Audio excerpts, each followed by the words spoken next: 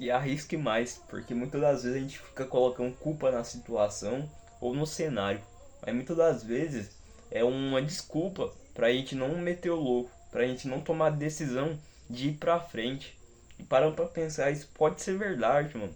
A sua situação, você pode falar, não, isso é arrogância, mas pare pra pensar, pare pra refletir, porque muitas das vezes existe três etapas. A primeira, você analisa por que você está na mesmice, por que você continua na mesma.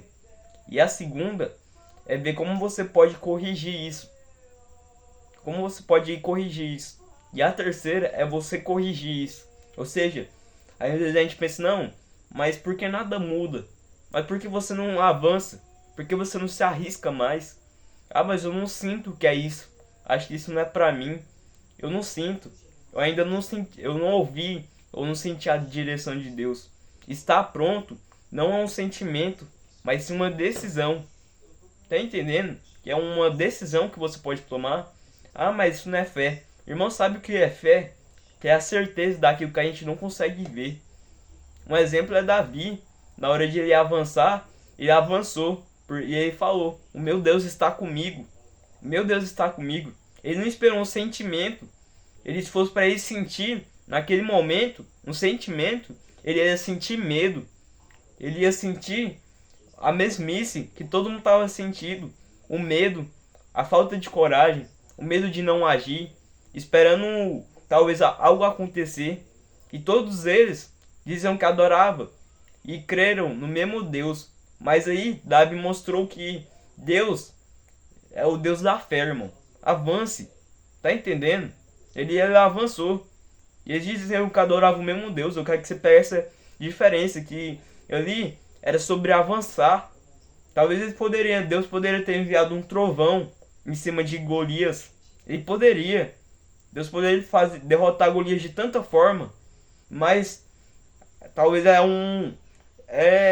dar o primeiro passo. Tá entendendo que seu cenário Deus pode fazer de tanta forma. Um exemplo, Naamã lá da Bíblia. Lá mostra que ele tinha uma doença de pele. E ele era um dono, acho que era dono, ou capitão de um exército. E aí, talvez ele tinha um orgulho, né? Assim, porque ele era bem conhecido entre o seu povo. E ele ficou sabendo dos profetas de Deus. E foi lá para a terra de Israel. Ele não era de Israel. Aí, ele foi, acho que era na casa do Eliseu. E aí, o Eliseu enviou um mensageiro até ele. Vai até o mar, o rio Jordão, e se mergulhe 7 vezes. E ali, o rio Jordão era como, supor, o rio, eu esqueci o nome desse rio, mas é como se fosse um rio sujo, mais ou menos isso. E ele falou: há tantos rios bonitos, porque eu tenho que ir nesse rio? Porque o Eliseu não veio aqui e colocar a mão sobre mim e disse: seja curado em nome do meu Deus. Ele falou desse jeito. Ou seja, Deus poderia resolver esse problema de tantas formas. Mas ali Deus falou por meio de Eliseu: vai no mar e mergulhe 7 vezes. Ou seja, avance. E ele teve que quebrar o orgulho. Ele teve que avançar. E aí ele falou: não, bora voltar, esse cara tá falando piada. Porque era um rio meio que sujo. Aí já ir lá voltado, ele falou: se fosse uma coisa mais difícil para sua mudança de vida, você não avançaria? Você não fazeria se fosse para sua mudança de vida? Você aquilo que você quer, algo mais difícil. Fosse assim, não, faça isso, é difícil, mas faça isso que você vai receber. Você não fazeria? E às vezes Deus só quer que você avance e ele faça o resto. Tá entendendo? Avance mais, arrisque mais. Não tenha medo de quebrar a cara. É difícil de ouvir isso, mas não tenha medo. Se for para quebrar a cara, que seja no secreto, que seja no bastidores. Porque você quebrando a cara no bastidores, ele vai te honrar publicamente. Você se arrisque mais. Talvez é criar um projeto. Talvez é iniciar um projeto. Talvez é criar um canal. Talvez é um relacionamento. Onde você fala: não, Senhor, coloca alguém na minha vida.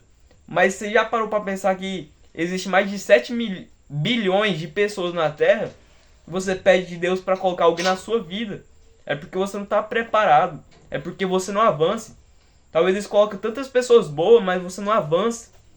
Tá entendendo? Eu não sei o que é, mas você sabe. Você sabe o que é. Talvez apareça uma oportunidade para você sair desse lugar aí onde ele falou para você sair.